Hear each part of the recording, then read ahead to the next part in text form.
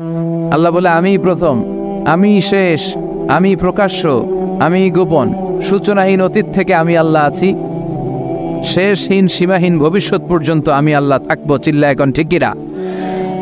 ওনার কোনো লয় নাই, ওনার কোনো ক্ষয় নাই, উনি অব্যয়, উনি অক্ষয়, উনি সদা জাগ্রত, সদা সজাগ, ওনার কোনো ঘুম নাই, ওনার কোনো তন্দ্রা নাই। সুবহানাল্লাহ পড়েন।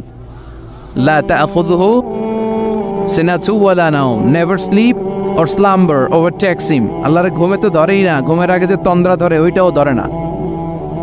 সাইয়েদনা মূসা আলাইহিস সালাম আল্লাহকে জিজ্ঞেস করলেন, ইয়া রাব্বি আয়াগলিবুকান নাওমু, আল্লাহ আপনার কি ঘুমে ধরে না?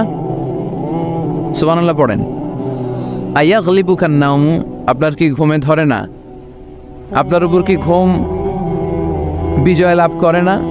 আমি তো সারাদিন কাজ করার পরে আমার ঘুমে ধরে। আমি সারাদিন রাখালগিরির কাজ করি, ছাগল চড়াই। পৃথিবীর সব নবীরা ছাগল চড়াতেন। মা মিন নাবিয়্যিন ইল্লা রাআল গানাম, পৃথিবীতে এমন কোনো নবী নাই যেই নবী মেষ চড়ায় নাই, বকরি চড়ায় নাই। সুবহানাল্লাহ পড়েন। সাহাবারা বললেন, ইয়া রাসূলুল্লাহ আপনিও মেষ চড়িয়েছেন? বিষ্ণু বললেন, হ্যাঁ আমিও মেষ চড়িয়েছি। আমি তো অল্প কিছু টাকার বিনিময়ে মক্কাতে ছাগলগুলো চড়াই দিতাম। সুবহানাল্লাহ পড়েন। তো মূসা আলাইহিস সালাম বললেন, আল্লাহ আয়াগলিবুকান নাওম, আল্লাহ আপনার কি ঘুমে ধরে না? আল্লাহ বললেন, কোনো কথা বলা যাবে না, দুইটা গ্লাসের ভেতরে পানি নাও, আর পানি ভর্তি গ্লাস নিয়ে তুর পাহাড়ের উপরে দাঁড়াও। সাইয়েদনা মূসা আলাইহিস সালাম দাঁড়ালেন। আল্লাহরে আবার জিজ্ঞেস করলেন, আল্লাহ আমি জিজ্ঞেস করলাম কি আর আপনি করতে বললেন কি? আল্লাহ বললেন, কথা বলো না, যা বলেছি তাই করো। আল্লাহর সাথে বেশি কথা চলে না, তিনি সব রাজার বড় রাজা, মহারাজা। চিল্লা এখন ঠিক কিরা? তো মূসা আলাইহিস সালাম কিছু বলতে পারে না, পানি নিয়ে দাঁড়িয়ে রইলেন। মূসা আলাইহিস সালামকে আল্লাহ বললেন, তুমি দাঁড়িয়ে থাকো। আর ঘুম রে বললেন, ঘুম তুই মূসারে ধর। ঘুম যে এবার সাইয়েদনা মূসা আলাইহিস সালামকে ধরেছে, উনি ঘুমের ধাক্কায় আর থাকতে পারেন, একবার ডানে যায় আর একবার বায়ে যায়। ঘুমের ধাক্কায় হঠাৎ করে কাত হয়ে পড়ে যায়, আর গ্লাসগুলো মাটিতে পড়ে খান খান হয়ে ভেঙে যায়। আল্লাহ ডেকে বললেন, মূসা বেশি কিছু হেফাজতের তো দায়িত্ব দেয় নাই, শুধু দুইটা গ্লাস হেফাজতের দায়িত্ব দিয়েছে। ঘুমের কারণে এগুলোর হেফাজত করতে পারো নাই, ভেঙে খান খান হয়ে গিয়েছে। আমি যদি তোমাদের মতো ঘুমিয়ে যেতাম তাহলে পৃথিবীর সাথে সূর্য লেগে, সূর্যের সাথে চন্দ্র লেগে গোটা মহাবিশ্বটা এভাবে গ্লাসের টুকরার মতো খান খান হয়ে যেত রে মূসা। এজন্য লা তাখুযুহু সিনাতু ওয়ালা নাওম, আমার ঘুমেও ধরে না, ঘুমের আগে যে তন্দ্রা আসে ওইটাও ধরে না। Never sleep or slumber overtakes him, আল্লাহর ঘুমও নাই, তন্দ্রাও নাই। সুবহানাল্লাহ পড়েন। এজন্য ওই আল্লাহর জিকির বেশি বেশি করার দরকার আছে না নাই? বিষ্ণু বললেন, আফদালুয যিকরি লা ইলাহা। তো এমন আল্লাহর ইবাদত আমরা করি যার ঘুম নাই, যার তন্দ্রা নাই। সুবহানাল্লাহ পড়েন। যার শক্তির সামনে কোনো শক্তি নাই, তিনি যা ইচ্ছা তাই করতে পারেন, ঠিক কিনা? ফাআলুল লিমা ইউরিদ, তিনি পাহাড়কে দরিয়া করতে পারেন, দরিয়াকে পাহাড় করতে পারেন, ধনীরে গরিব করতে পারেন, গরিবরে ধনী করতে পারেন, সম্মানিতরে অপমানিত করতে পারেন, অপমানিতরে সম্মানিত করতে পারেন। চিল্লায় বলেন, তিনি কে? তিনি ফাআলুল লিমা ইউরিদ, যা মনে চায় তাই করতে পারেন। ইন্না বাতশা রাব্বিকা লাশাদীদ, আল্লাহ বলেন আমার পাকড়াও, আমার শাস্তি, আমার পানিশমেন্ট বড় ডেঞ্জারাস, কড়া। আমি আল্লাহ সব সময় ধরি না, ধরলে ছাড়ি না। ধরে ধরে ধরে না, ধরলে আল্লাহ, খেয়াল রাখবেন, আল্লাহ ছাড় দেয় কিন্তু ছেড়ে দেয় না। এটা আমাদের জন্য রিমাইন্ডার। আমরা প্রায় অন্যায় অপরাধ প্রবণতার সাথে এতটাই জড়িয়ে পড়ি, আমরা ভাবি আল্লাহ হয়তো পানিশমেন্ট দিবে না, কিন্তু আল্লাহ ছাড় দিচ্ছে, আল্লাহ ছেড়ে দিবেন না। চিল্লা এখন ঠিক কিনা? ফেরাউনরে আল্লাহ ছাড় দিয়েছে, ছেড়ে দেয় নাই। নমরুদরে ছাড় দিয়েছে, ছেড়ে দেয় নাই। এখনো দেখা যাচ্ছে আল্লাহ অনেককে ছাড় দেয়, কিন্তু আল্লাহ ছেড়ে দেয় না। এজন্য সবসময় ইবাদত করতে হবে একজনের, তিনি কে? প্রশংসা করতে হবে একজনের, তিনি কে? জিকির করতে হবে একজনের, তিনি কে?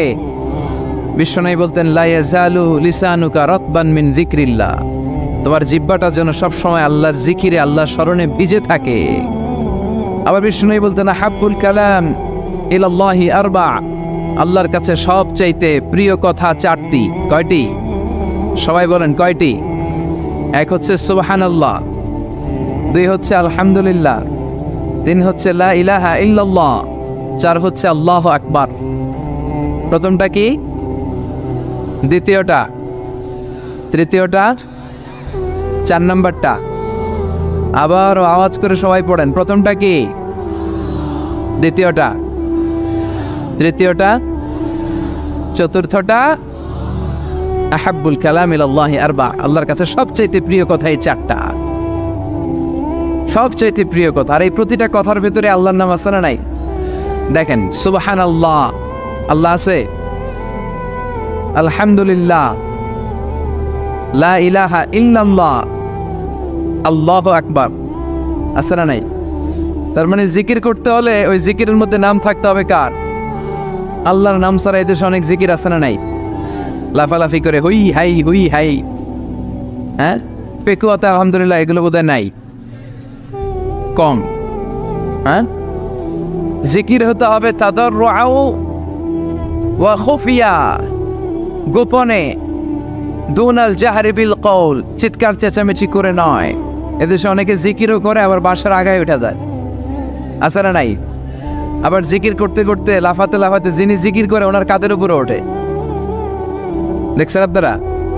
আমি এখন জিকির করাচ্ছি, তাসবিহ পড়াচ্ছি, আপনারা যদি লাফ দিয়ে আমার কাঁধে ওঠেন, আমি যাবো কই? আল্লাহ রাসূল সাল্লাল্লাহু আলাইহি ওয়াসাল্লাম সাহাবাদেরকে নিয়ে তাসবিহ পড়ছেন, জিকির করছেন, কোন সাহাবারা লাফাতে লাফাতে খেজুর গাছের আগায়, এরকম পাওয়া যায়? অথবা সাহাবারা আবেগের চোটে লাফাতে লাফাতে আল্লাহ রাসূলের কাঁধের উপর, এরকম হয়েছে কোনোদিন? তাহলে এইরকম সিস্টেমে হুই হাই করে লাফালাফি করে কোনো ধরনের জিকির করা যাবে? জিকির করতে হবে হাতের কড়ায়, গুনে গুনে, ভদ্রভাবে।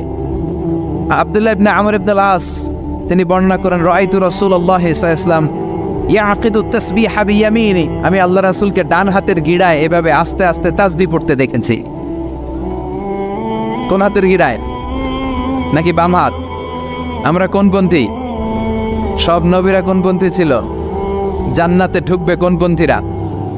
এজন্য ডানপন্থী হতে রাজি আছেন তো সবাই? ডান হাতের গিড়ায় তাসবিহ পড়বেন, রাজি আছেন? এইভাবে ডান হাতটা উঁচু করেন, এই আঙ্গুলটা এই এখানে ধরেন, ধরে এইভাবে পড়বেন, সুবহানাল্লাহ সুবহানাল্লাহ সুবহানাল্লাহ। এই আঙ্গুলের গিরা কিয়ামতের দিন আপনার পক্ষে সাক্ষী দিবে। আমরা যেন বেশি বেশি আল্লাহর জিকির করতে পারি, আল্লাহ তৌফিক দাও। আমরা যেন আল্লাহর শুকরিয়া বেশি বেশি করতে পারি, আল্লাহ তৌফিক দাও। বিশ্বনবী দোয়া করতেন, আল্লাহুম্মা জাআলনি সাবুরা ওয়া জাআলনি শাকুরা ওয়া জাআলনি ফি আইনি সগীরা ওয়া ফি আ'য়ুনিন নাসি কাবীরা। হে আল্লাহ, আপনি আমারে ধৈর্যশীল বান্দা বানান, আল্লাহ আপনি আমারে শুকরগুজার বানান, আল্লাহ আমার চোখে আপনি আমারে ছোট বানান, মানুষের চোখে আপনি আমারে বড় বানান। আমিন পড়েন। আমরা শুকরগুজার হতে চাই না, আমরা অভিযোগ করে বেশি, কমপ্লেইন, এইটা আল্লাহ আমার দিল না, ওইটা দিল না, এরকম অভিযোগ আছে না নাই? যে অবস্থানে আছে এটাতে খুশি না। এজন্য বিশ্বনবী বলতেন, উনজুর ইলা মান হুয়া আসফালা মিনকা, তোমার চেয়ে যে খারাপ অবস্থানে আছে তার দিকে তাকাও, তাইলে তোমার ভালো লাগবে। ওয়ালা তানজুর ইলা মান হুয়া আ'লা মিনকা, তোমার চেয়ে যে ভালো পজিশনে আছে ওর দিকে তাকিও না, যে খারাপ অবস্থানে আছে ওর দিকে তাকাও।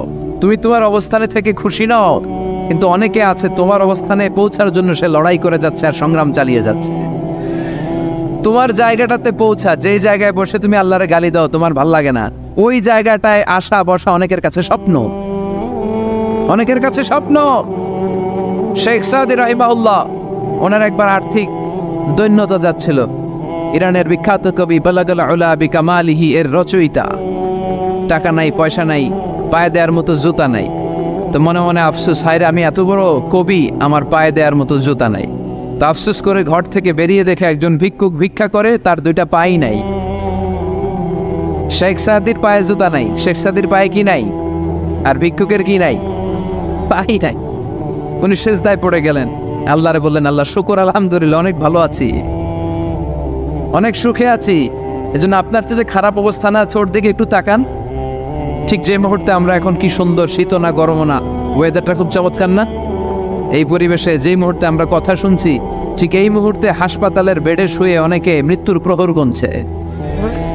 অনেকের ক্যান্সার, যার নেই কোনো অ্যান্সার, তার প্রতিটা সেলের ভিতরে জ্বালা, আমি টাকা চাই, পয়সা চাই, কত কিছু চাই, এটা লাগবে, ওইটা লাগবে, এটা চাই, ওইটা চাই।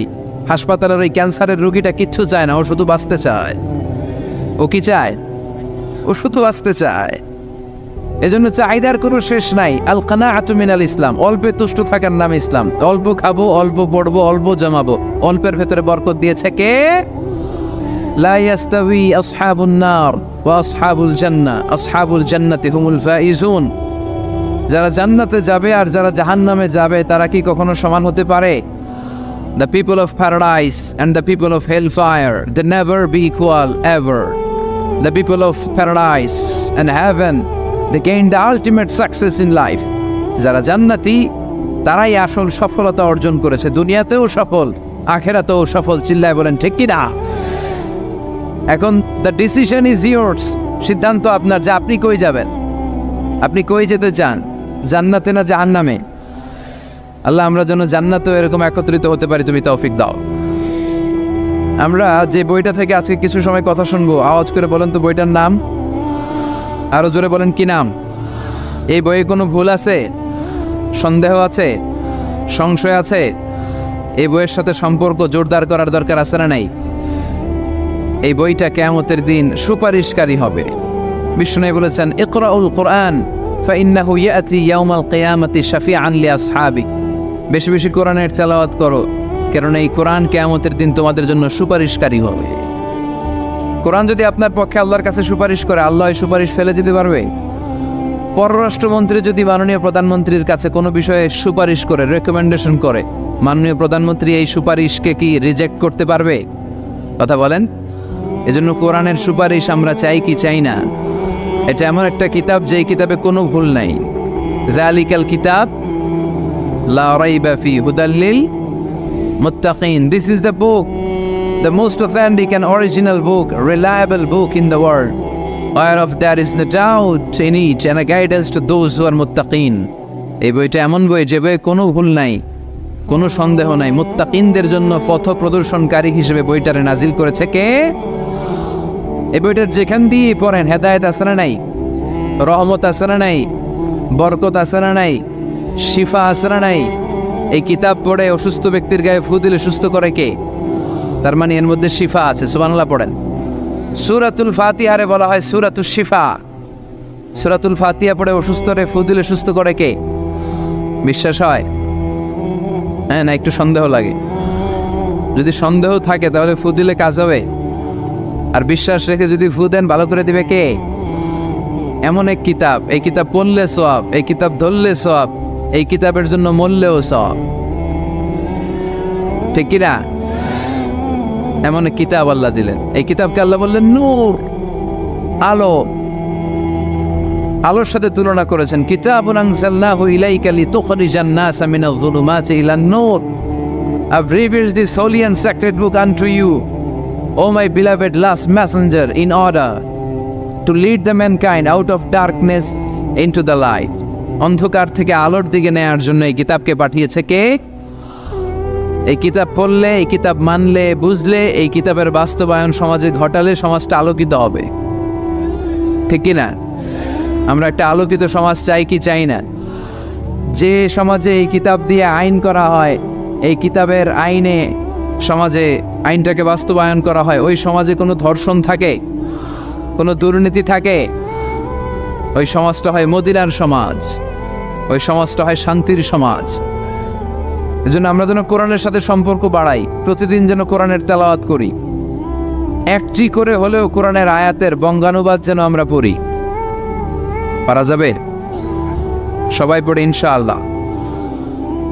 আমি আপনাদের খেদমতে আমার খুতবার শুরুতে সূরাতুল মুজাম্মিল থেকে 4টি আয়াত তেলাওয়াত করেছি। এই সূরাতুল মুজাম্মিল থেকে কিছু কথা আজকে আমরা শুনবো ইনশাআল্লাহ। পড়েন। আমি সবসময় তাফসির মাহফিলগুলোর ক্লাসের মতো মনে করি। Class, I consider this tafsir program as a class. I consider myself as a teacher and all the sitting audience as a student of the Holy Quran. আমি মনে করি যে আমি কোরআনের শিক্ষক, আর যারা শুনছে তারা আমাদের ছাত্র। আমার আগে যিনি এখানে কথা বলছিলেন তিনি ছিলেন আমাদের শিক্ষক।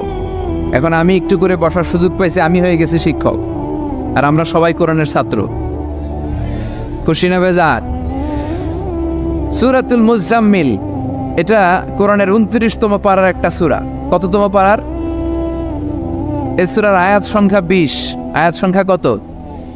এই সূরাটি মাক্কি সূরা। কি সূরা? আচ্ছা, এবার আমি প্রশ্ন করি, আপনারা উত্তর করেন। সূরাতুল মুজাম্মিল কত পারার সূরা?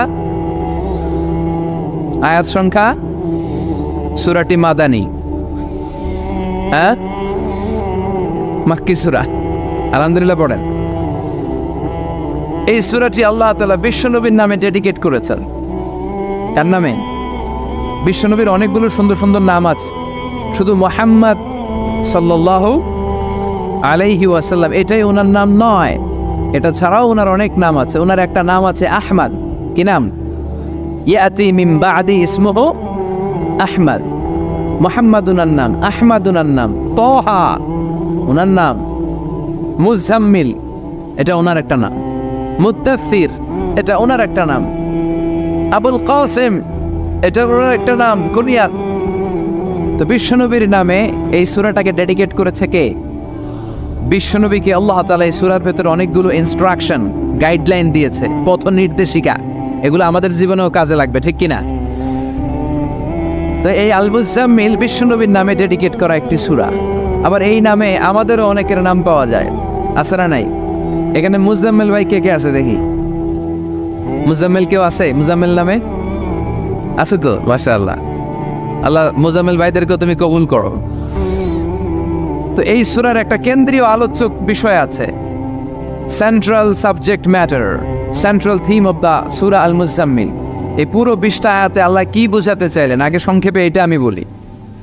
এই পুরো সূরার ভেতরে কেন্দ্রীয় যে আলোচ্য বিষয়টা আল্লাহ আমাদেরকে জানাতে চাইলেন সেটা হচ্ছে আমাদেরকে যে কোনো কাজে নামার আগে নিজেকে প্রস্তুত করে নিতে হবে। বুঝতে পেরেছেন? You have to take huge preparation for a successful mission. আপনি যদি কোনো মিশনে নামতে চান, আপনাকে you have to take preparation, you have to be prepare. নিজেকে প্রস্তুত করে নিতে হবে।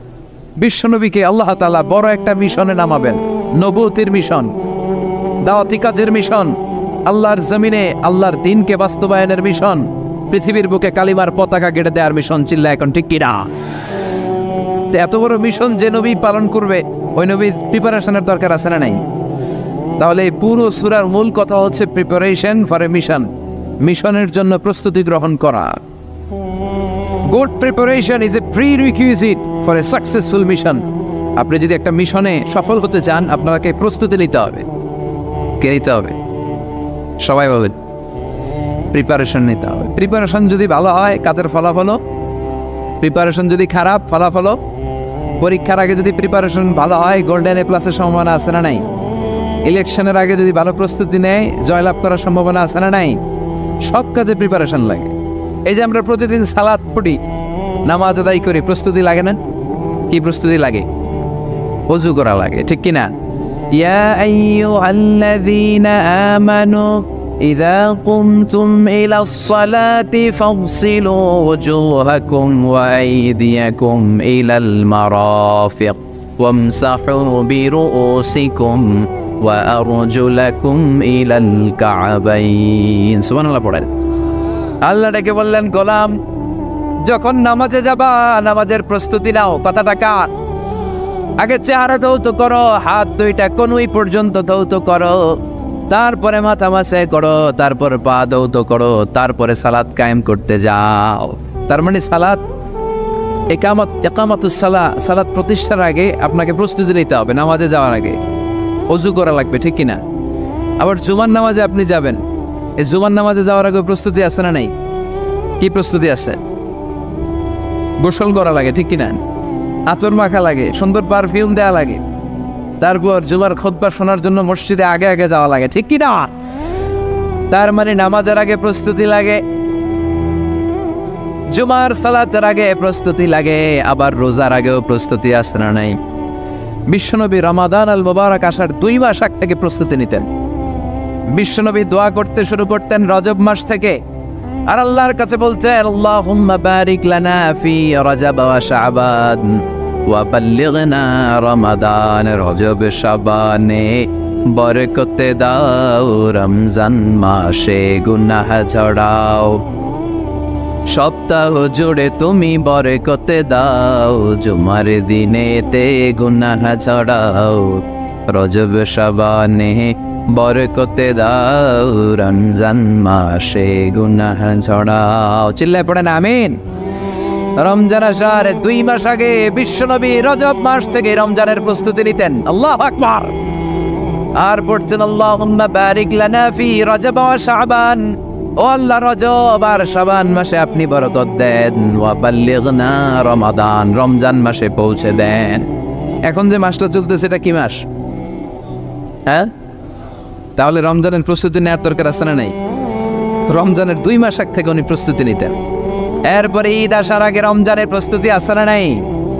রমজানের ওই রোজার শেষে এলো খুশির ঈদ, তুই আপনাকে আজ বিলিয়ে দে শোন আসমানি তাকি, তোর সোনা দানা বালা খানা সব রাহে লিল্লাহ, দে যাকাতে মুর্দা মুসলিমের আজ ভাঙাইতে নিত। পড়েন, রমজানের ওই রোজার শেষে এলো খুশির ঈদ, তুই পড়বি ঈদের নামাজ রে মন সেই সেই ঈদগাহে, যে ময়দানে সব গাজী মুসলিম হয়েছে শহীদ। রমজানের ওই রোজার শেষে এলো খুশির ঈদ। আলহামদুলিল্লাহ পড়েন। তার মানে নামাজের আগে প্রস্তুতি লাগে, রোজার আগে প্রস্তুতি লাগে, ঈদের আগেও প্রস্তুতি লাগে। এরপরে হজ যদি পালন করতে চান তারও প্রস্তুতির দরকার আছে না নেই? একজন হজ করবে, প্রস্তুতি লাগবে না? কি প্রস্তুতি লাগবে? হ্যাঁ, পাসপোর্ট লাগবে, হজের ভিসা লাগবে, তারপরে রেজিস্ট্রেশন করা লাগবে, আশকুনার হাজি ক্যাম্পে প্রশিক্ষণ নেওয়া লাগবে, রিয়াল কেনা লাগবে, ইজার কেনা লাগবে, রিদা কেনা লাগবে, বেল্ট কেনা লাগবে, হজের নিয়ম কানুন জানা লাগবে, ঠিক কিনা?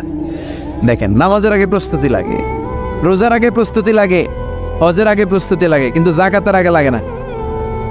হ্যাঁ, যাকাতের জন্য 1 বছর আগ থেকে প্রস্তুতি নেওয়া লাগে। আপনি কবে নিসাব পরিমাণ সম্পদের মালিক হলেন ডায়েরিতে নোট রাখার দরকার আছে না নাই?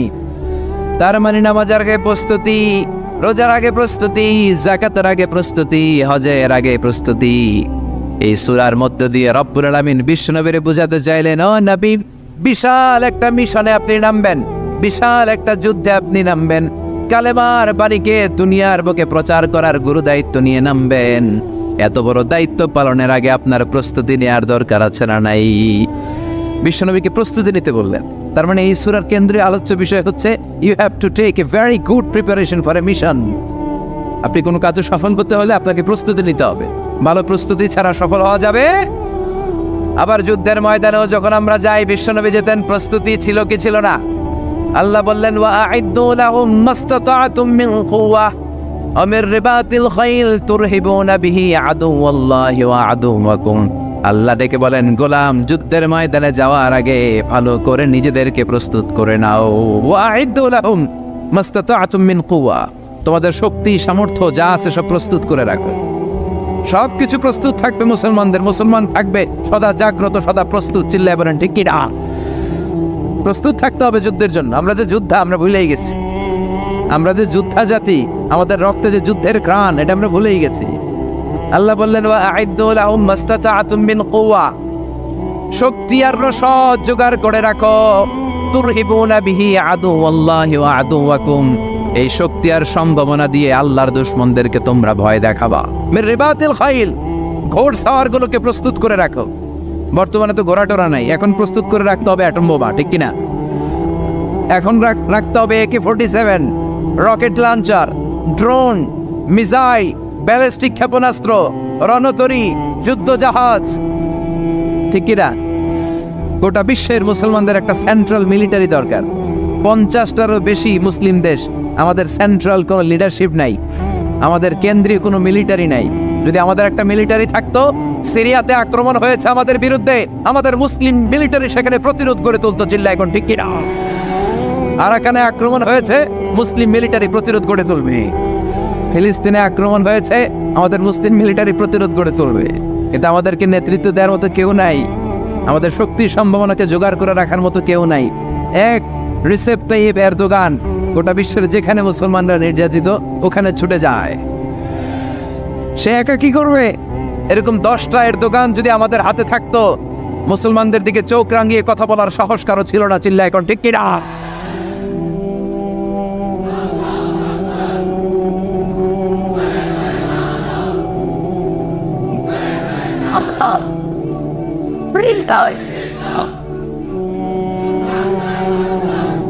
وأعدوا لهم ما استطعتم من قوة ও নবী শক্তি সম্ভাবনা সবকিছু জোগাড় করে রাখেন, মুসলমান থাকবে সদা প্রস্তুত, সদা সজাগ। মুসলমানদের বসে থাকার সময় নাই, ঠিক কি না? তার মানে এই পুরো সূরাতুল মুজাম্মিলে আল্লাহ তাআলা যে সেন্ট্রাল মেসেজটা বিশ্বনবীকে দিতে চাইলেন সেটা হচ্ছে, নবী প্রস্তুতি নেন, লড়াইয়ের প্রস্তুতি, যুদ্ধের প্রস্তুতি, মিশনে নামার প্রস্তুতি। সুবহানাল্লাহ পড়েন। তাহলে সূরাতুল মুজাম্মিলের কেন্দ্রীয় আলোচ্য বিষয় কি? প্রস্তুতি। চিল্লায় বলেন, কেন্দ্রীয় আলোচ্য বিষয় কি? প্রিপারেশন নিতে হবে, প্রস্তুত থাকতে হবে, ঠিক কিনা? কেন্দ্রীয় আলোচ্য বিষয় আমরা জেনে গেলাম। এবার জানবো কোন প্রেক্ষাপটে এই সূরাটা নাজিল হয়েছে। শুনবেন, মনোযোগ আছে না গেছে? কথা বুঝতে পারতেছেন তো?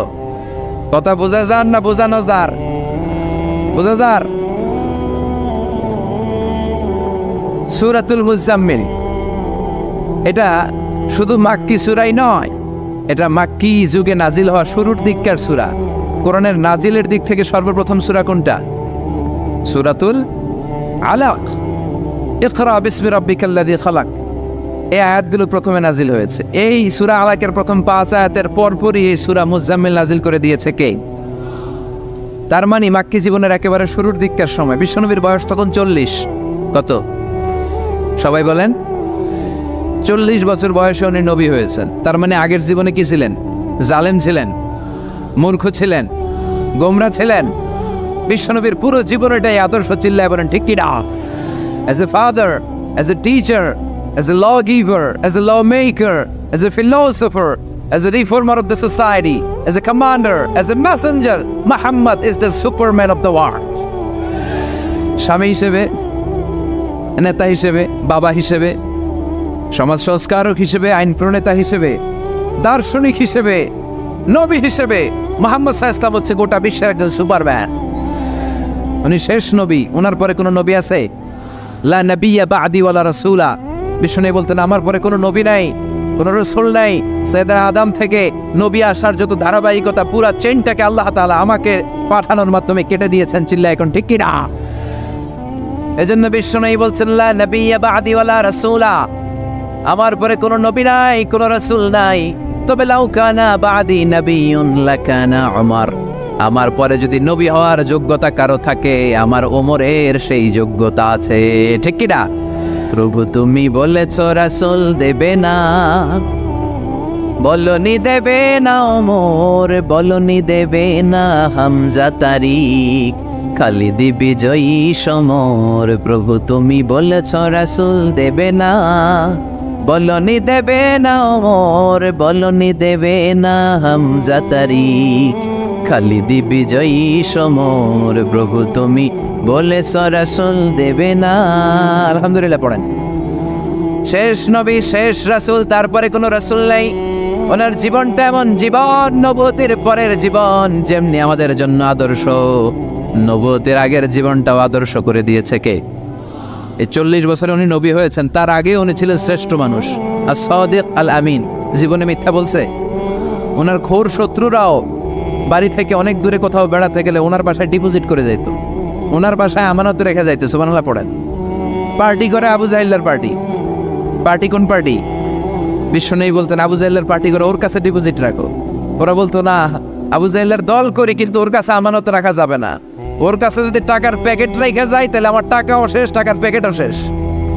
কথা বলেন। আমানতদারিতা নাই। আমানতদারিতা ছিল বিশ্বনবীর মাঝে। ওনার জীবনী নিয়ে যদি কথা বলতে কেউ শুরু করে, কোনো কুল কিনারা খুঁজে পায় না। বিয়ন্ডলেস, বাউন্ডলেস, বটমলেস, এটা তলাবিহীন সাগর। বিশ্বনবীর জীবনীটা একটা সাগর, কিন্তু এই সাগরের কি নাই? কথা বলেন। কোনো তলা নাই। এমন নবীকে আমরা পেয়েছি। ওনার আগের জীবনটাও আদর্শ। ছোটবেলা থেকে লাজুক ছিলেন। হালিমাতুস সাদিয়া বিশ্বনবীর দুধমা, উনি বলেন 5 বছর এই কুরাইশি মুহাম্মদকে আমি লালন পালন করেছি। একদিনও ছেলেটারে কাঁদতে দেখি নাই। ক্ষুধা লাগলেও কাঁদে না, ব্যথা পেলেও কাঁদে না। কিন্তু লজ্জাস্থানের জায়গা থেকে এই শিশু মুহাম্মদের কাপড়টা একটু সরে গেলে ছোট্ট মুহাম্মদ চিৎকার দিয়ে ওঠে। কি নবী ছিলেন! 15 বছর বয়সে হালাফুল ফুদুল একটা সংগঠন করেছে। হালাফুল ফুদুল, যেটাকে বাংলা আমরা বলি হিলফুল ফুজুল। আসলে শব্দটা হালাফুল ফুদুল, হালাফ মানে শপথ, টু টেক এন ওথ, শপথ নেয়া। ফুদুল হচ্ছে ভালো কাজের উপর। উনি হাতে হাত রেখে যুবকদেরকে নিয়ে মক্কা আইন করলেন, মক্কার জমিনে কোনো দুর্বলের উপর, মাজলুমের উপর কোনো জালিমের অত্যাচার চলতে দেয়া যাবে না। মক্কার বুকে কোনো টেন্ডারবাজি চলবে না, চাঁদাবাজি চলবে না, ধর্ষণ চলবে না, ছিনতাই আর রাহাজানি চলবে না। চিল্লা এখন ঠিক কিনা? 15 বছর বয়সে পুরো মক্কা শহর কাঁপায় দিয়েছে। উনি দুই নবী, সবসময় ছিলেন অন্যায়ের বিরুদ্ধে কঠোর। ওনার ইমানটা এমন ছিল, প্রয়োজনে জ্বলে উঠতো। চিৎকার করে বলেন ঠিক কিনা? যে ইমানে প্রয়োজনে জ্বলে ওঠে না, যে ইমান সত্য ন্যায়ের কথা বলে না, যে ইমানে প্রয়োজনে জ্বলে ওঠে না, যে ইমান সত্য ন্যায়ের কথা বলে না, যে ইমান বাস্তবে নাই, যে ইমান অন্তরে নাই, মুখে শুধু ফাঁকা বলি, কি করে তারে বলো ইমানে বলি, কি করে তারে বলো ইমানে বলি, কি করে তারে বলো ইমানে বলি। ঠিক না? ওনার ইমানটা ছিল এমন ইমান, প্রয়োজনে জ্বলে উঠতো ইমানের তেজে। উনি ছিলেন ওই নবী, 40 বছরের আগের জীবনে যেমন, পরের জীবনে তেমন। সুবহানাল্লাহ পড়েন। তো বিশ্বনবী 40 বছর বয়সে ওহী পেলেন। ওনার ওহীর সূচনাটা ছিল আর রুইয়া সালেহা, সত্য স্বপ্ন। বুখারীর প্রথম বাবটা হচ্ছে বাব কাইফা কানা বাদউল ওয়াহী ইলা রাসূলিল্লাহ। আল্লাহ রাসূলের কাছে ওহীর সূত্রপাতটা কেমন হয়েছে শুনবেন। সর্বপ্রথম ছিল স্বপ্ন। উনি রাতে সুন্দর সুন্দর স্বপ্ন দেখতেন। আমরা স্বপ্ন দেখি না? কি স্বপ্ন দেখেন? মারামারি, হরতাল, হ্যাঁ, টাকা। আর কি দেখো তোমরা? জিহাদি। তো বিশ্বনবী স্বপ্ন দেখতেন আর রুইয়া as-সালেহা, সত্য সুন্দর স্বপ্ন। আর রাতের বেলা বিশ্বনবী যাই স্বপ্নে দেখতেন, দিবালোকের আলোর ন্যায় সকালে এটা সুস্পষ্ট হয়ে যেত। চিল্লা এখন সুবহানাল্লাহ। কারণ নবীদের স্বপ্নটা ওহী। নবীদের স্বপ্নটা কি? নবীদের স্বপ্ন যদি ওহী না হতো, তাহলে একটা স্বপ্নের উপর ভিত্তি করে সাইয়েদনা ইব্রাহিম আলাইহিস সালাম ছেলের গলায় ছুরি চালাতেন না। এটা ওহী ছিল, এটা আল্লাহর পক্ষ থেকে স্পেশাল অর্ডার ছিল। চিল্লায় বলেন ঠিক কি না? তার মানে বিশ্বনবীর জীবনে প্রথম ওহীর সূত্রপাত হয়েছে স্বপ্ন দিয়ে। তারপরে বিশ্বনবীর কাছে নিঃসঙ্গতা, নির্জনতাকে প্রিয় করে দিল কে? বিশ্বনবীর মানুষের সাথে তখন কথা বলতে ভাল লাগে না, একা একা থাকতে ভাল লাগে, একা একা ইবাদত করতে ভাল লাগে। বিশ্বনবী হেরা পাহাড়ে চলে গেলেন। কোথায়? মক্কা থেকে উত্তর দিকে 634 মিটার উঁচু ওই পাহাড়ে যে আত্তাআব্বুদাল লায়ালি, রাত্রিবেলা তিনি ধ্যান করতেন, মেডিটেশন করতেন, চোখ বন্ধ করে স্রষ্টার অস্তিত্বকে খুঁজতেন। খুঁজতে খুঁজতে খুঁজতে 40 দিন ধ্যান করার পরে, 40 দিন আধ্যাত্মিকতার এই চর্চা করার পরে ফাজাহুল হক, সত্য বিশ্বনবীর কাছে এসে ধরা দিল। সাইয়েদনা জিবরাইল চলে আসলেন, এসে বললেন ইয়া মুহাম্মদ ইকরা, পড়ো। জান্নাতের একটা রেশমি কাপড়ে সূরাতুল আলাকের 5 আয়াত লেখা, রেশমি কাপড়ের ভেতরে। ওই রেশমি কাপড়টা ধরে বিশ্বনবীকে বললেন, এই প্রথম বিশ্বনবী সাইয়েদনা জিবরাইলকে দেখলেন আর বললেন ইয়া মুহাম্মদ ইকরা, পড়ো। বিশ্বনবী বললেন মা আনা বিকারি, আমি পড়তে পারি না। সুবহানাল্লাহ পড়েন। কারণ বিশ্বনবী ছিলেন নবী আল উম্মি, নিরক্ষর নবী। ওনার অক্ষর জ্ঞান ছিল না। আলিফ বা তা সা, কোনটারে জিম বলে কোনটারে সদ বলে বিশ্বনবী চিনতেন না, লিখতে জানতেন না। তিনি ছিলেন নিরক্ষর, কিন্তু মূর্খ না। নিরক্ষর এক জিনিস, মূর্খ আরেক জিনিস। অক্ষর জ্ঞান নাই কিন্তু জ্ঞান আছে। কারণ বিশ্বনবী বলতেন আদ্দাবানি রব্বি ফা আহসানা তা'দীবি, আমি পৃথিবীর কোনো ইউনিভার্সিটি থেকে ডিগ্রি নেয় নাই, কেউ আমারে শিখায় নাই, স্বয়ং আরশের উপর থেকে আমারে শিক্ষা দান করেছে কে? তাই আমার শিক্ষার মতো শিক্ষা পৃথিবীর কারো শিক্ষা হতে পারে। সাইয়েদনা জিবরাইল বললেন ইয়া মুহাম্মদ ইকরা, পড়ো। বিশ্বনবী ফেল রইলেন, অক্ষর চিনে না, পড়বে কেমনে? বিশ্বনবী বলেন মা আনা বিকারি, আমি জানি না কেমন করে পড়তে হয়।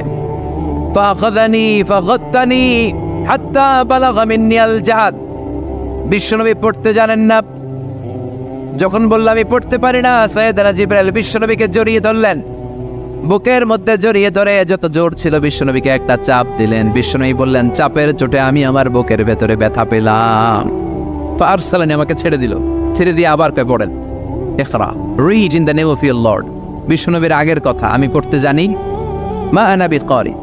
সাইয়েদনা জিবরাইল আবার জড়িয়ে ধরলেন, আবার চাপ দিলেন। বিশ্বনবী বললেন ব্যথা পেলাম। আবার জিবরিল বিশ্বনবীরে বললেন পড়েন। বিশ্বনবী আগের কথাই বলে আমি পড়তে পারি না, আবার চাপ দিলেন। 3 বার চাপ দেওয়ার পরে সাইয়েদনা জিবরাইল বললেন নবী এবার আপনি পড়েন। বিশ্বনবী এবার পড়তে আরম্ভ করলেন, ইকরা বিসমি রাব্বিকাল্লাযী খালাক খালাকাল ইনসানা মিন আলাক ইকরা ওয়া রাব্বুকাল আকরাম الذي علم بالقلم علم الإنسان ما لم يعلم পড়েন আল্লাহু আকবার। 3 বার চাপ দেওয়ার পরে বিশ্বনবী পড়তে আরম্ভ করলেন। সাইয়েদনা জিবরাইল এই 5টা আয়াত দিয়ে উধাও হয়ে গেল। এবার হেরা গুহার ভেতরে কেউ নাই, সাইয়েদনা জিবরাইল নাই, 5টা আয়াত দিয়ে চলে গেলেন। বিশ্বনবী 5টা আয়াত নিয়ে কাঁপতে কাঁপতে হেরা পর্বত থেকে নেমে এলেন। সুবহানাল্লাহ পড়েন।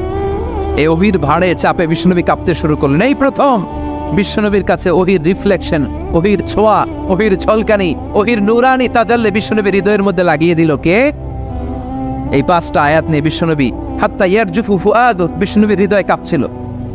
বিশ্বনবীর ওহির প্রেসারে গায়ের মধ্যে জ্বর চলে এলো, খিচুনি চলে এলো। বিশ্বনবী কাঁপছেন প্রচন্ড জ্বরে। কাঁপতে কাঁপতে আম্মাজান খাদিজাতুল কুবরা তাহেরার কাছে এসে বলে, ও খাদিজা আমি বাঁচবো না, আমার বড্ড ভয় লাগে। খাদিজাতুল কুবরা বললেন নবী কি হয়েছে আপনার, কি হয়েছে? বিশ্বনবী বললেন এমন এমন ঘটনা। বিশাল এক লোক এসে আমার কাছে পড়ো, আমি পড়তে জানি না, 3 বার চাপ দিল, এরপর দেখি ঠিকই পড়তে পারি। সুবহানাল্লাহ পড়ে। বিশ্বনবী পুরো ঘটনাটা সাইয়েদাতুনা খাদিজাতুল কুবরা তাহেরাকে শোনালেন। এরপরে মা খাদিজারে বললেন, খাদিজা আমার বড্ড ভয় হয়, মনে হয় আমি মরে যাব, আমার প্রচন্ড জ্বর এসেছে, কাঁপুনি চটেছে, তুমি আমারে কম্বল দাও। কি দাও? সবাই বলে আরো জোরে কন, আমারে কম্বল দাও, আমার জ্বর এসেছে, কাঁপুনি বেড়ে যাচ্ছে, চাদর দাও, কাপড় দাও, কম্বল দাও। মা খাদিজা কম্বল জোগাড় করতে গেলেন। কম্বল আর চাদর এনে বিশ্বনবীর গায়ের মধ্যে মা খাদিজা কম্বলটা পেঁচিয়ে দিলেন। বিশ্বনবী কম্বলটা পেঁচিয়ে বিছানার মধ্যে শুয়ে গেলেন। ঠিক এই মুহূর্তে সূরাতুল মুজাম্মিল নাজিল করে দিল কে? বিশ্বনবী কম্বল গায়ে দিয়ে শুয়ে আছে, আল্লাহ বিশ্বনবীরে ডাক দিলেন, ইয়া আইয়ুহাল মুজাম্মিল কুমিল লাইলা ইল্লা কালিলা। সুবহানাল্লাহ। আল্লাহ কি সোহাগ ভরা আদর মাখা ডাক দিলেন, ইয়া আইয়ুহাল মুজাম্মিল। এর মানে হলো হে কম্বলওয়ালা। কি ওয়ালা? হে কম্বলওয়ালা নবী, মানে হে কমলিওয়ালা নবী। কি নবী? কমলি। এরা হতে হেলে দুলে নুরানি তনু ওকে আসে হায়, সারা দুনিয়ার হেরে মেরে পর্দা খুলে খুলে চায়, সে যে আমার কমলিওয়ালা কমলিওয়ালা। তার ভাবে বিবল রাঙা পায়ের তলে, পর্বত জঙ্গল টল মল টলে, খুরমা খেজুর বাদাম জাফরানি ফুল ঝরে ঝরে যায়, সে যে আমার কমলিওয়ালা কমলিওয়ালা। সুবহানাল্লাহ পড়ে। বিশ্বনবীর আল্লাহ ডাক দিলেন, ও কমলিওয়ালা নবী, ও কম্বলওয়ালা নবী দাঁড়ান। বিশ্বনবী কাঁপছিলেন জ্বরের চোটে, খিচুনির চোটে, কম্বল গায়ে দিয়ে শুয়ে রইলেন। আল্লাহ নাজিল করলেন, ইয়া আইয়ুহাল মুজাম্মিল, ও কম্বলওয়ালা। ইয়া আইয়ুহাল মুজাম্মিল মানে কি? ও কম্বলওয়ালা, ও কম্বলওয়ালা, ও চাদরওয়ালা, কুম, স্ট্যান্ড আপ, স্ট্যান্ড আপ। যে দায়িত্ব দিছি এখন শোয়া যাবে না, দাঁড়ান। ওই যে বিশ্বনবী দাঁড়ালেন, আর বসার সুযোগটা পায় নাই। মরার আগ পর্যন্ত আর বসার সুযোগ পায় নাই, শ্বাস নেওয়ার সুযোগ পায় নাই, পিছনের দিকে তাকানোর সুযোগ পায় নাই। চিল্লায় বলেন ঠিক কিনা? অনেক শয়তানি হাতছানি এসেছে, দফায় দফায় নবীর সাথে বৈঠক হয়েছে। বিশ্বনবীকে মক্কার কাফিরেরা 3 দফা দিল। বলল, আব্দুল্লাহর বেটা মুহাম্মদ, নারী চাও নারী দেব, সম্পদ চাও সম্পদ দেব, রাষ্ট্র ক্ষমতা চাও রাষ্ট্র ক্ষমতা দেব, শুধু কালিমার দাওয়াতটা বন্ধ করে দাও। নাউজুবিল্লাহ পড়বেন না। বিশ্বনবী বললেন, তোমাদের 3 দফা, কাফিরদের কয় দফা? জোরে বলেন। বিশ্বনবী বললেন, আমার মাত্র 1 দফা। কয় দফা?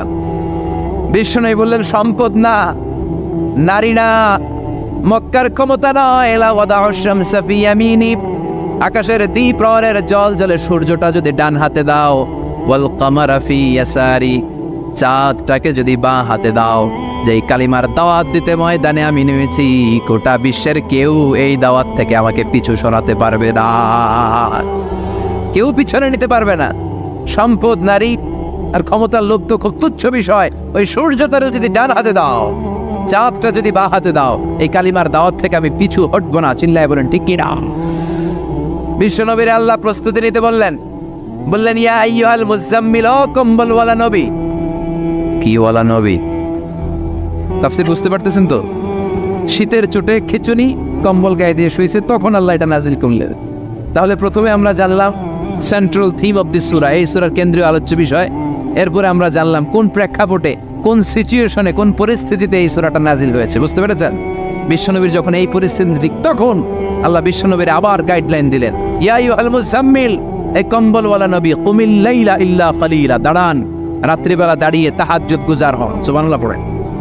এই সূরার ভেতরে রব্বুল আলামিন বিশ্বনবীকে প্রস্তুত করে তোলবার জন্য, বিশ্বনবীকে নবুয়তের দায়িত্ব পালন করানোর জন্য, মিশনে নামানোর জন্য বিশ্বনবীকে সর্বমোট 60টা বিষয়ে প্রশিক্ষণ নিতে বলেছেন। জোরে কোন কয়টা? সবাই কোন চিল্লায় বলেন কয়টা? প্রস্তুতি নেওয়ার জন্য 7টা বিষয়ে বিশ্বনবীকে ট্রেন আপ করেছেন, প্রশিক্ষণ নিতে বলেছেন। আমরা একটা একটা করে 7টাই আজকে শুনবো। বিশ্বনবীকে আল্লাহ তাআলা 7টা বিষয়ে প্রশিক্ষণ নিতে বললেন। কয়টা? কারণ সামনে অনেক গুরু দায়িত্ব। 1 নাম্বার প্রশিক্ষণ হচ্ছে ইয়া আইয়ুহাল মুজাম্মিল, হে কম্বলওয়ালা নবী, কুমিল লাইলা ইল্লা কলিলা, দাঁড়ান, দাঁড়িয়ে রাত্রে তাহাজ্জুদের নামাজ পড়েন। কিসের নামাজ? তাহাজ্জুদের যায় নামাজে মরণ দিও প্রভু আমায়, একামতে দিনের কাজে কবুল করে নিও আমায়। তাহাজ্জুদের যায় নামাজে মরণ দিও প্রভু আমায়, একামতে দিনের কাজে কবুল করে নিও আমায়। পড়েন আমিন। তাহলে বিশ্বনবীকে প্রথম যে প্রশিক্ষণ আল্লাহ দিলেন সেটা হচ্ছে তাহাজ্জুদের সালাতের প্রশিক্ষণ। কিসের? রব্বুল আলামিন বললেন ইয়া আইয়ুহাল মুজাম্মিলু কুমিল লাইলা ইল্লা কালিলা, ও নবী রাত্রিবেলায় দাঁড়ান, পুরো রাত ব্যাপী তাহাজ্জুদ পড়েন। নিসফাহু, রাতের অর্ধেক সময় তাহাজ্জুদ পড়েন। আউল কুসমিনহু কালিলা, অথবা তার চেয়েও কিছু কম পড়েন। আও জিদা আলাইহি, অথবা তার চাইতেও বেশি পড়েন। ও নবী রাত্রিবেলা দাঁড়িয়ে তাহাজ্জুদের সালাত পড়েন। কিসের সালাত? তাহলে বিশ্বনবীকে মিশনে সফল হওয়ার জন্য সর্বপ্রথম যে ডিরেকশন আল্লাহ দিলেন সেটা হচ্ছে তাহাজ্জুদের ডিরেকশন। কিসের? তাহাজ্জুদ পড়েননি আপনারা? পড়েন? হ্যাঁ, ফজর নামাজই তো পড়ি না। কি পড়ি না? তাহাজ্জুদ তো তাদের যারা ফজর পড়ে, যারা ফজরই করেন, ওরা আবার কি তাহাজ্জুদ? কথা বলেন। এই তাহাজ্জুদের সালাত আদায় করলে সম্মান বাড়িয়ে দেয় কে? ঘুমের আরবিতে কিছু নাম আছে। ঘুমের একটা নাম হচ্ছে নুআস। নুআস মানে ড্রোজিনেস। বাসে বসে আছেন, বাসে ঝুলে আপনিও ঝুলতেছেন, এরকম হয় না? ঝিমুনি, এটার বলে নুআস। আরেকটা হচ্ছে সামান্য হালকা লাইট স্লিপ, সামান্য ঘুম, এটার বলে পাওয়ার ন্যাপ। হালকা হালকা ঘুম, ঘুমও আসছে, আবার কে যেন কথা বলে ওইটাও শোনা যায়, এরকম ঘুম আসছে না? নাই, এটার বলে সিনা। আরবিতে এটার কি কয়? সিনা। আরেকটা হচ্ছে ভালো ঘুম, এটার বলে নাওম। এটার কি বলে? তাহলে পাইলাম নুআস, সিনা, নাওম। আরেকটা হচ্ছে জন্মের ঘুম। কিরকম ঘুম? এমন ঘুম যেই ঘুমে ডাকলেও মানুষ ওঠে না, যেটা শেষ রাতে আমাদের যেই ঘুমটা হয়, রাত 3টা-4টার দিকে কম্বল টেনে টেনে আরেকটু ঘুমাইতে মনে চায়, এরকম একটা ঘুম আছে না? নাই। এই ঘুমটাকে আরবিতে বলে হুজুদ। কি বলে? সবাই বলেন। এই হুজুদের ঘুমকে স্যাক্রিফাইস করে ওই টাইমে যে সালাতটা পড়া হয়, ওই সালাতকে আরবিতে বলে সলাতুল হুজুদ বা সলাতুত তাহাজ্জুদ। সুবহানাল্লাহ পড়বেন না? এজন্য রাব্বুল আলামিন বলেন ওয়া মিনাল লাইলি ফাতাহাজ্জাদ বিহি নাফিলাতাল লাকা আসা আন ইয়াবআসাকা রাব্বুকা মাকামাম মাহমুদা। ও নবী, রাত্রিবেলা দাঁড়িয়ে আপনি তাহাজ্জুদের নামাজ পড়েন, আশা করা যায় বিশাল সম্মানিত মহিমান্বিত জায়গায় আল্লাহ আপনারে বসায় দিবে গো নবী। ঠিক কি না? তাহাজ্জুদের সালাত পড়লে মর্যাদা বাড়ায় দেয় কে? মুমিনের বৈশিষ্ট্য, তারা রাত্রিবেলা তাহাজ্জুদের সালাত পড়ে। ইমানদারদের বৈশিষ্ট্য, তারা হলো ফুরসানান নাহার রুহবানাল লাইল। রাত্রিবেলা তাহাজ্জুদের জায়নামাজে কান্নার ঝড় তোলে, দিনের বেলায় ঘোড়া হাঁকিয়ে জিহাদের ময়দানে জিহাদ করে। ঠিক কি না? দিনের বেলায় চলবে কি? জিহাদ। জিহাদের কথা বলাতে ভয় পাইছেন? হ্যাঁ, অনেকে এখন জিহাদের সাথে জঙ্গিবাদরে লাগায়, এরকম ডাকাইত আছে না নাই? জিহাদের সাথে সন্ত্রাসবাদকে মিলাতে চায়, চিল্লা এখন ঠিক কিনা? জঙ্গিবাদ আর সন্ত্রাস এক জিনিস, জিহাদ আরেক জিনিস। জিহাদরে ফরজ করছে কে? আর জঙ্গিবাদকে হারাম করেছে কে? জঙ্গিবাদকে দমন করার জন্য আল্লাহ তাআলা জিহাদের মতো বিধানকে ফরজ করেছেন, চিল্লায় বলেন ঠিক কিনা? যারা হকের পক্ষে, যারা কল্যাণের পক্ষে, যারা মানবতার পক্ষে, এরা হচ্ছে মুজাহিদ। আর যারা হক সহ্য করে না, মানবতাকে সহ্য করে না, শান্তির কথাকে সহ্য করে না, এরা হলো এক একটা জঙ্গি, চিল্লায় এখন ঠিক কিনা? আবু জাহেল ছিল জঙ্গি আর বিশ্বনবী ছিলেন মুজাহিদ। ফেরাউন ছিল জঙ্গি, মুসা আলাইহিস সালাম ছিলেন মুজাহিদ। নমরুদ ছিল জঙ্গি, সাইয়েদনা ইব্রাহিম ছিলেন মুজাহিদ। বাংলার জমিনেও যারা হকের কথা বলে তারা হচ্ছে মুজাহিদ। আর যাদের হক সহ্য হয় না, ইসলাম সহ্য হয় না, কোরআন সহ্য হয় না, এরা এক একটা সন্ত্রাস আর জঙ্গি, চিল্লায় এখন ঠিক কিনা? এরা জঙ্গি। আমরা যারা সত্যের পক্ষে কথা বলি, আমরা জঙ্গি না, আমরা মুজাহিদ। আমরা কি? মুজাহিদ। এজন্য মুমিনদের বৈশিষ্ট্য হলো রুহবানাল লাইল ফুরসানান নাহার। মুমিন বান্দারা দিনের বেলায় জিহাদের ময়দানে ব্যস্ত থাকে, রাতের বেলায় তাহাজ্জুদের জায়নামাজে চোখের পানি দিয়ে জায়নামাজ ভিজায়। রাতের আধারে যারা সেজদাতে রয়, দু চোখের স্রোতে নদী যেন বয়। রাতের আধারে যারা সেজদাতে রয়, দু চোখের স্রোতে নদী যেন বয়। ছলনার হাতছানি যতই আসুক, পেছনে ফিরেও সে তাকায় না। যাদের হৃদয়ে আছে আল্লাহর ভয়, তারা কবু পথ ভুলে যায় না। আল্লাহর প্রেম ছাড়া এই দুনিয়ায় কারো কাছে কোনো কিছু চায় না, চিল্লায় বলেন ঠিক কি না? এজন্য বিশ্বনবীর প্রথম প্রশিক্ষণ নিতে বললেন আল্লাহ, কুমিল লাইলা ইল্লা কালিলা। ও নবী, বিশাল মিশন নিয়ে দুনিয়ার বুকে আপনি এসেছেন গো নবী। প্রথম প্রশিক্ষণ যেটা নিবেন, রাত্রিবেলায় দাঁড়িয়ে দাঁড়িয়ে তাহাজ্জুদের প্রশিক্ষণ। বিশ্বনবীর আদেশ করলেন কে? কিসের আদেশ? সবাই কন আরো জোরে। ওই মুহূর্তটা, তাহাজ্জুদের সময়টা এমন সময়, ইয়ানজিলু রাব্বুনা ইলা সামাইদ দুনিয়া, রব্বুল আলামিন আরশের উপর থেকে দুনিয়ার আকাশে নেমে আসে। নেমে আসে মানে বিশেষ একটা মনোযোগ দেয়, আর দুনিয়াবাসীরা ডেকে ডেকে বলে, গোলাম আলা মিন মুস্তাগফিরিনা গফির আলা। কার ক্ষমা লাগবে ক্ষমা চাও, সব গুনাহ আমি ক্ষমা করে দেব। আলা মিন মুস্তারজিকিন আরজুকালা। কার কি লাগবে আমার কাছে চাও, সব আমি দিয়ে দেব। আল্লাহু আকবার। আলা মিন মুস্তাকসির আকসুলা।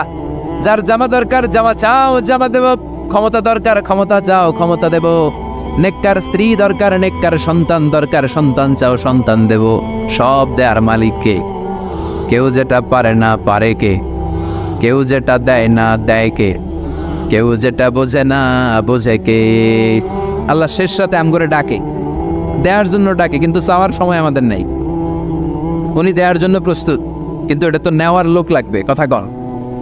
বিশ্বনবী তাহাজ্জুদের সময় দাঁড়িয়ে যেতেন ছোট্ট একটা ঘরে, চাটাইয়ের উপরে বিশ্বনবী মা এসে শুতেন, গাদাগাদি করে জায়গা নাই।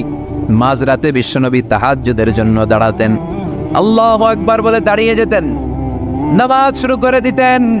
বিশাল বড় সূরা পড়তেন, কেরাত পড়তেন, রুকু করতেন, কিন্তু সিজদার জায়গায় সিজদা দেওয়ার জায়গা নাই। সিজদার জায়গায় মা এসা পা বিছিয়ে শুয়ে আছে। বুখারীর বর্ণনা, বিশ্বনবী সিজদায় যে হাত দিয়ে মা এসার পায়ের মধ্যে চিমটি কাটতেন। মা এসা বুঝতে পারতেন বিশ্বনবী এখন সিজদায় যাবে। সুবহানাল্লাহ পড়েন। মা এসা বুঝতে পেরে পা দুইটা সরিয়ে নিতেন, বিশ্বনবী সিজদা দিতেন। সেজদা দিয়ে বিশ্বনবী যখন আবার দাঁড়িয়ে যেতেন, মা আয়েশা পা বিছিয়ে আবার শুয়ে পড়তেন। কি ইবাদত ছিল বিশ্বনবীর! হাত্তা তাতাওয়াররামু কাদামা। মা আয়েশা বলতেন বিশ্বনবী দাঁড়িয়ে থাকতে থাকতে এত সময় ধরে তাহাজ্জুদের সালাত পড়তেন, ওনার পা গুলো ফুলে এরকম টিউমারের মতো মোটা হয়ে যেত। সুবহানাল্লাহ পড়বেন না? দাঁড়িয়ে থাকতে থাকতে বিশ্বনবীর পা গুলো টিউমারের মতো মোটা হয়ে যেত। প্রথম রাকাতে বাকারা আলে ইমরান পড়ে ফেলতেন। সুবহানাল্লাহ পড়েন। বিশ্বনবীর পা যেন ফেটে যাবে, এভাবে হাত বেঁধে দাঁড়িয়ে থাকতে থাকতে বিশ্বনবীর হাতগুলো বাঁকা হয়ে যেত, ব্যথা হয়ে যেত। বিশ্বনবী তখন হাত দুইটা ছেড়ে দিতেন। আবার যখন এনার্জি ফিরে পেতেন, যখন বিশ্বনবীর ভাল লাগতো আবার হাত বাঁধতেন। পড়েন সুবহানাল্লাহ। তার মানে হাত ছেড়ে দিও নামাজ পড়া যায়, হাত ছেড়ে দিও। মালিকি মাযহাবের কিছু স্কলাররা ওনারা মত নিয়েছে, ওনাদের অনুসারীরা এরসাল করে। আমাদের দেশে কেউ বাদে এইভাবে, কেউ এইভাবে, কেউ এইভাবে। মালিকিরা বাদেই না, কে বাদবই না, কি করবি কর। আছে না নাই? আপনি যদি হজ করতে যান মক্কা মদিনায় এই আমলগুলো দেখতে পারবেন। এটা সুন্নাত একটা আমল। হাত ছেড়ে দিলেও যেখানে সালাত হয়ে যায় ওই জায়গায় কই বাঁধবে এই নিয়ে কিলাকিলি আছে না নাই? উপরে না নিচে, আমিন জোরে না আসতে, আছে না নাই? পেকুয়াতে মাশাআল্লাহ এগুলো নাই। হ্যাঁ, পেকুয়াতে এগুলো আছে। বিশ্বনবী লম্বা সময় দাঁড়িয়ে তাহাজ্জুদ পড়তেন। তাহাজ্জুদ পড়লে আপনার মর্যাদা বাড়ায় দিবে কে? সাইয়েদনা জিবরাইল বললেন ইন্না শারাফাল মুমিন ফি কিয়ামিল লাইল। বিশ্বনবী বললেন জিবরাইল এসে আমাকে বলে গিয়েছে মুমিনের মর্যাদা তাহাজ্জুদের নামাজের ভেতর। সুবহানাল্লাহ পড়েন।